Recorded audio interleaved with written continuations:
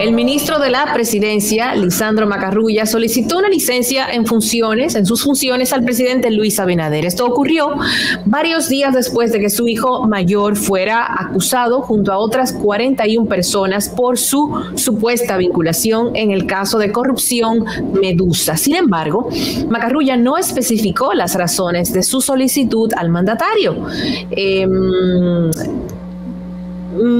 Hijo del ministro de la Presidencia, pues forma parte de los 42 acusados por la supuesta participación en el caso Medusa, donde el principal implicado es el ex procurador general de la República, Jan Alain Rodríguez.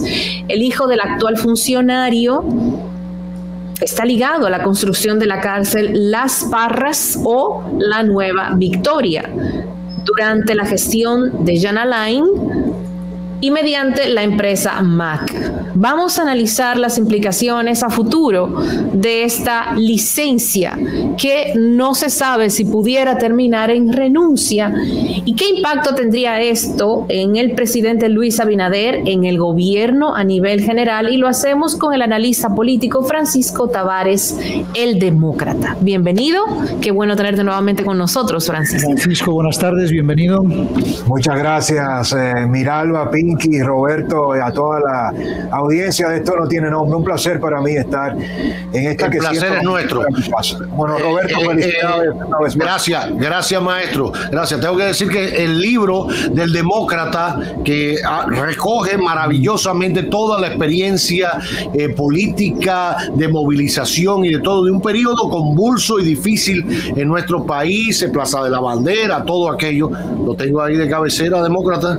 De vez en cuando hay que ir allí, hay que volver allí. Un honor, hay que volver a la Plaza de la Bandera. Ojalá que solo sea en términos de referencia histórica, porque así es. Son convulsiones a veces necesarias, pero no tan convenientes. Un honor para mí. Hablemos un poquito de esta realidad.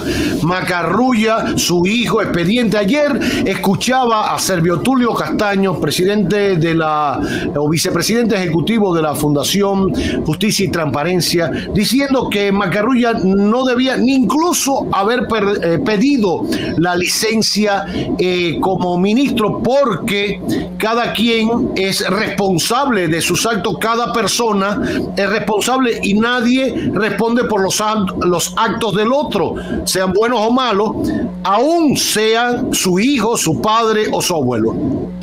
Bueno, así es, Roberto. Mira, yo creo que este es un tema no solamente complejo, sino delicado. Yo voy a tratar de abordar algunas aristas lo más sintético posible para que podamos hacer un ejercicio combinado y por supuesto, también retroalimentarme de sus posiciones. Jurídicamente hablando, Servio Tulio, un abogado brillante, un hombre de Estado con posiciones inteligentes, tiene razón, no es transferible la responsabilidad penal, pero aquí hay una verdad jurídica, hay una verdad política y hay otra social. Si nos vamos por cada una de ellas, llegaremos al mismo camino. Lisandro Macarrulla no es un político, es un empresario que llega a la política y que desde mi punto de vista, desde sus inicios, le aporta muy poco al gobierno del presidente Luis Abinader, porque las fortalezas de Lisandro en la andamiaje, en la articulación del empresariado, está muy vinculado precisamente a contrataciones de obras con el Estado que no son ilegítimas ni ilegales, pero que son el foco de atención del modelo de la vieja política que el propio presidente niega. En pocas palabras, ¿cómo funciona el esquema de la inversión en el sistema tradicional? Yo te coloco una cantidad importante de recursos para apoyar tu candidatura presidencial y tú me devuelves ese apoyo en compras y contrataciones que generalmente, en excepciones, no tienen que pasar por sobrevaluaciones, pero sí tienen de por medio un retorno.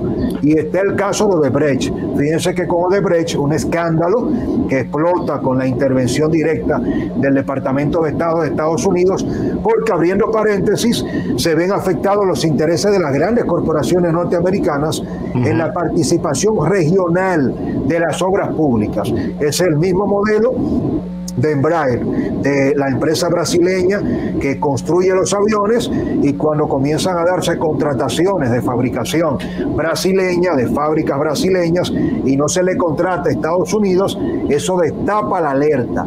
Entonces el pago de sobornos, el pago de comisiones a quien contrata y adjudica las grandes obras es lo que se está utilizando para juzgar a Jean Alain. Entonces tú no puedes tener, porque no hay una prueba efectiva en el tema de la contratación, de sobrevaluación, pero el retorno del pago de comisión hace plausible el tipo penal de lavado de activos y de todo lo demás que como componente de estos casos de corrupción estamos viendo incluso con Alexis Medina, el hermano del expresidente Danilo Medina, de Carmen Magalis, de Francisco Pagán, y tú no puedes sacar a Lisandro Macarulla de ese paquete. ¿Puede un hijo del ministro de la presidencia justificar su patrimonio de miles de millones de pesos en una empresa que a todas luces él, como presidente de MAC Construcciones, es el responsable legal?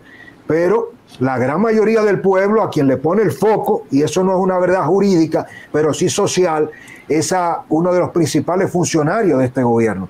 Y eso comenzó desde el inicio. Si ustedes me preguntan a mí, Francisco, demócrata, ¿cuáles son las connotaciones políticas que esto pudiera traer? Yo le dijera a ustedes, bueno, si se van a juzgar a todos los proveedores privilegiados que incluso, no solo, ojo, formaron parte de los 8 años de Danilo, sino que son los mismos proveedores de Lionel y que son los mismos proveedores del gobierno del cambio. Entonces, está atrapado el presidente Luis Abinader en una decisión donde se puede él mismo terminar empantanando, porque este gobierno, de manera legítima, sigue adjudicándole compras y contrataciones a los mismos proveedores que formaron parte de los expedientes que se están utilizando para perseguir la corrupción de Danilo Medina. Entonces Lisandro Macarulla no puede, ni podía, ni tiene futuro político, porque cuando usted no tiene credibilidad, no tiene legitimidad, aunque no sea ilegal lo que usted haya hecho, es difícil condenar a los otros y no medirse con una misma vara, que es lo que está pasando ahora de cara a la exigencia de que no hayan corruptos preferidos, de que no hayan elegidos. Y yo más adelante le voy a dar una primicia que la voy a tratar en El Demócrata, de qué fue lo que provocó que detonara la licencia de Lisandro Macarulla y que se imputara a su hijo en medio de este expediente. Antes de pasar a ese tema que lo vas a desarrollar también en tu canal El Demócrata, por cierto, veo allí la placa de YouTube que te reconoce como uno de los más importantes youtubers. Duro de los duros. Ahora, se avisora una crisis de gobernabilidad por esto. Hay que recordar que, lo ha recordado la prensa en general, la cantidad de funcionarios que han salido del gabinete en medio de escándalos y le han pedido una licencia al presidente o le han renunciado.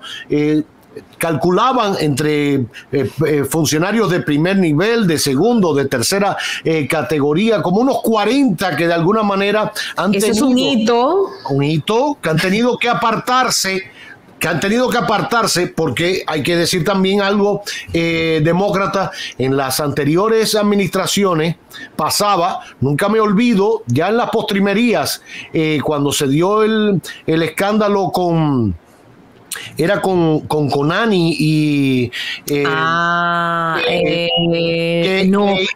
con lo de Berlinesa. Sí. El INAIPI, exacto, gracias. Se intervino y fue Gustavo Montalvo, hicieron una comisión, pero nadie renunció. Nadie se apartó de nada, a nadie destituyeron, se dio una explicación. O sea, quiero decir que independientemente de todo y tal como lo planteas, hay una razón jurídica que hay que entender y es la que al final juzga.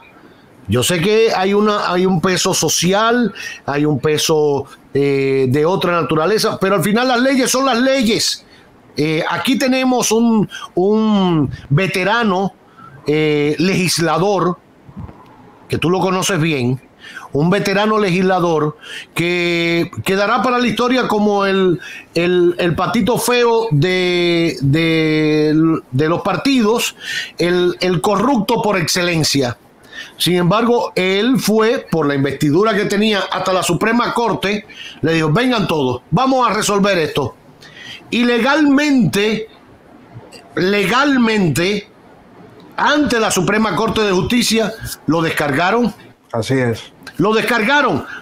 Ahora, socialmente, Lionel, Roberto, sí. Está blindado, quedó blindado. Exacto. Usted tiene buena memoria. Pero socialmente siguen creyéndolo como un corrupto, porque pasa así, porque a veces a la par de las leyes hay que convencer de otra manera. ¿Qué le enfrenta o qué enfrentará el presidente Abinader por delante? ¿Aprovechará agosto para otros funcionarios que están en capilla ardiente, moverlos para evitar una crisis de gobernabilidad? Porque si se une una crisis de gobernanza con la crisis económica, con todo lo que sabemos que existe, es complicado para Abinader incluso decidir si se reelige o no. Yo creo que ese último punto es brillante, Roberto, y hay que ponerlo sobre la mesa.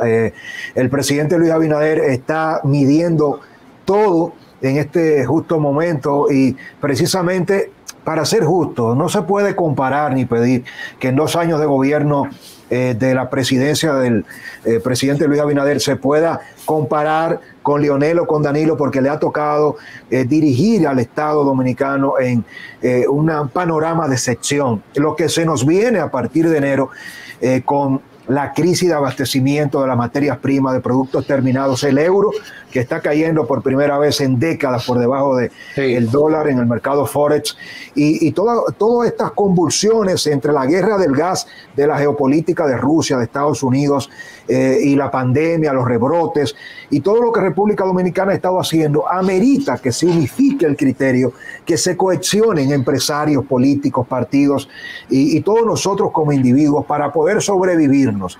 Lo que está en riesgo no es la presidencia, claro, o la reelección del presidente Luis Abinader. Hay que prestarle atención.